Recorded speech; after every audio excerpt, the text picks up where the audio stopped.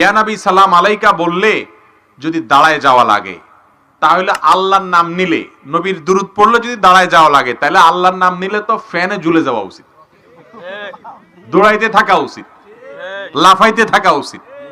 ঠিক নাউযুবিল্লাহি মিন যালিক। এটা কি হাস্যকর কথা হলো না? এটা কি অযৌক্তিক কথা নয়? আল্লাহ রসুলের দুরূদ শরীফ পড়লে যদি দাঁড়াইতে হয়, তা আল্লাহর জিকির করলে লাফাইতে হবে, ফেনে ঝুলতে হবে, এটা কেমন যৌক্তিকতা? এটা তো হাস্যকর একটা যৌক্তিকতা হলো।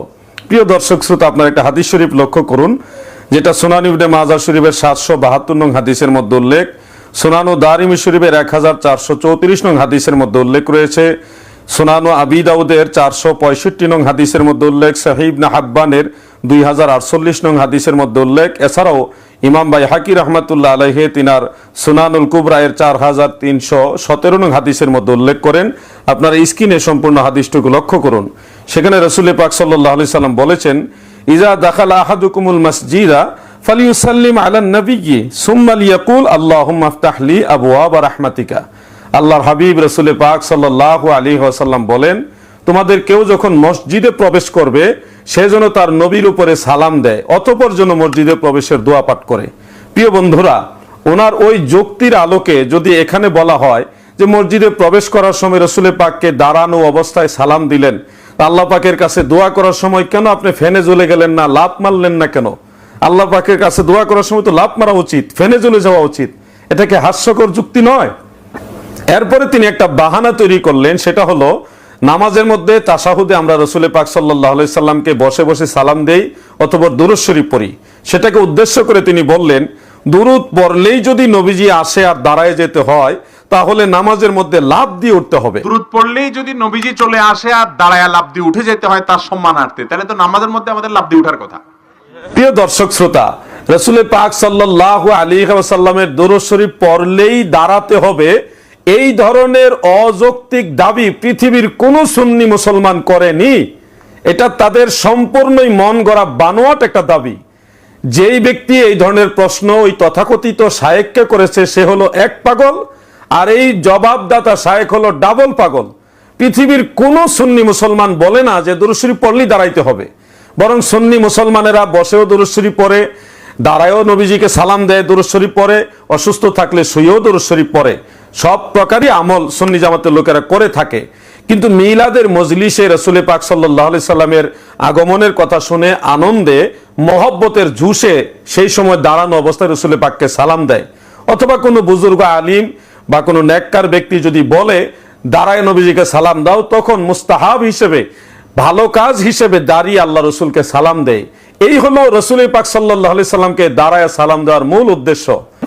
যেমন এখানে একটা উদাহরণ দেওয়া যেতে পারে, জগৎ বিখ্যাত ইমাম তকিউদ্দিন সুবকি রাহমাতুল্লাহ আলাইহি, যিনি বিশ্বনন্দিত মুস্তাহিদ ছিলেন, তিনার একটা আমলের ব্যাপার উল্লেখ রয়েছে, যেটা তাফসিরে রুহুল বায়ানের 9ম খণ্ডের 64 পৃষ্ঠার মধ্যে রয়েছে, এবং ইমাম তাজউদ্দিন সুবকি রাহমাতুল্লাহ আলাইহির তাবাকাতুশ শাফিয়াতিল কুবরা সেটার 10ম খণ্ডের 208 নম্বর পৃষ্ঠার মধ্যে উল্লেখ রয়েছে। ইমাম নুরউদ্দিন হালাবি রাহমাতুল্লাহ আলাইহির সিরাতে হলবিয়া এর 1ম খণ্ডের 123 নম্বর পৃষ্ঠার মধ্যে উল্লেখ রয়েছে। ইমাম ইবনু সালিহি শামি রাহমাতুল্লাহ আলাইহির সুবুলুল হুদা ওয়ার রাশাদের 1ম খণ্ডের 345 নম্বর পৃষ্ঠার মধ্যে উল্লেখ। ইমাম তকিউদ্দিন সুবকি রাহমাতুল্লাহ আলাইহির মজলিসে রাসূল পাক সাল্লাল্লাহু আলাইহি সাল্লামের শানে নাত শরীফ হচ্ছিল, নবীজির গুণগান বা গুণকীর্তন হচ্ছিল।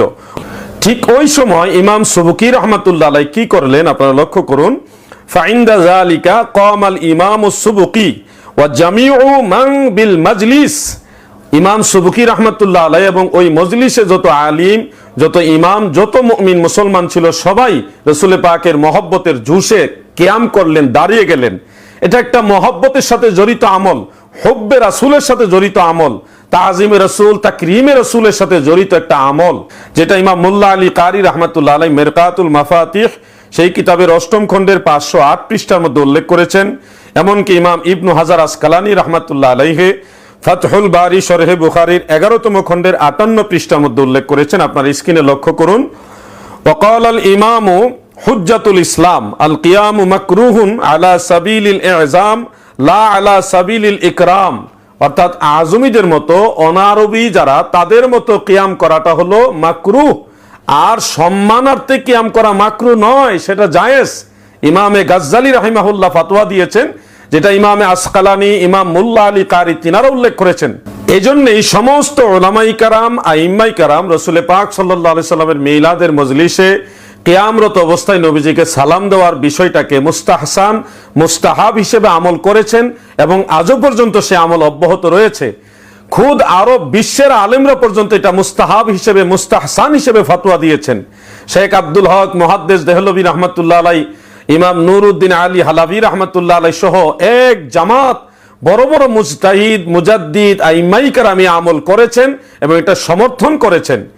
প্রিয় বন্ধুরা, এই লা মাযহাবী শায়েখ আরেকটা দাবি করেছেন। তিনি বলেছেন একসঙ্গে পৃথিবীতে হাজার জায়গায় দুরূদ শরীফ হয়, নবী সাল্লাল্লাহু আলাইহি সাল্লাম একজন হয়ে কিভাবে এত জায়গায় হাজির হন? আর একসঙ্গে পৃথিবীতে হাজার জায়গায় হয়, নবী কয়জন? তো কিভাবে এত জায়গায় হাজির হয়? এটা একটা হাস্যকর যুক্তি। রসুল পাক সাল্লাল্লাহু আলাইহি সাল্লাম আল্লাহ প্রদত্ত ক্ষমতায় জেসমে মেসালি দিয়ে অথবা রুহানি ভাবে একই সময়ে বহু জায়গায় যেতে পারে, এটা আল্লাহ পাকের দেওয়া একটা ক্ষমতা। প্রিয় দর্শক শ্রোতা, আপনারা জানেন আজরাইল আলাইহিস সালাম একজন, কিন্তু আল্লাহর দেওয়া ক্ষমতায় সে একজন আজরাইল পৃথিবীর অসংখ্য মানুষের রুহু একই সময়ে কবজ করতে পারে। ফেরেশতারাও একই সময়ে বহু জায়গায় বিচরণ করতে পারে। এগুলি আল্লাহ পাকের প্রদত্ত ক্ষমতা। খুদ ইবলিস শয়তান পর্যন্ত একই সময়ে কত মানুষের কাছে গিয়ে ধোঁকা দেয়, এটা তুলনার জন্য বলছি না, জাস্ট এই নজদি বাহিনীর বুঝার জন্য বলছি যে তোমাদের বন্ধু শয়তান পর্যন্ত একই সময়ে বহু জায়গায় যেতে পারে। আর আল্লাহর হাবিব রাসূল আরবি, রাসূল আকরাম রাহমাতুল্লিল আলামিন সম্পর্কে তোমরা সন্দেহ পোষণ করছো। হাফিজুল হাদিস ইমাম জালালউদ্দিন সুয়ুতি রাহমাতুল্লাহ আলাইহি তিনি এই ব্যাপারে একটা ফতোয়া দিয়েছেন, যেটা উল্লেখ রয়েছে আল হাবিলিল ফাতোয়া, সেই কিতাবের 2য় খণ্ডের 180 পৃষ্ঠায় এবং তাফসিরে রুহুল মাআনির 21তম খণ্ডের 286 পৃষ্ঠার মধ্যে। স্ক্রিনে আপনারা লক্ষ্য করুন। فحصل من مجموع هذه النقول والأحاديث أن النبي صلى الله عليه وسلم حي بجسده وروحه وأنه يتصرف ويسير حيث شاء في أقطار الأرض। বহু নকলি এবং বহু হাদিস থেকে এই বিষয়টা হাসিল হয়েছে, এটাই প্রমাণিত হয়েছে যে আল্লাহর রাসূল সশরীরে জিন্দা, ওয়ায়াসিরু হাইসু শাআ ফি আকতারিল আরদ, এই দুনিয়ার আনাচে কানাচে যেখানে খুশি ওখানেই নবীজি যেতে পারেন। আল্লাহর হাবিবকে সেই ক্ষমতা আমার আল্লাহ তাআলা দিয়েছেন।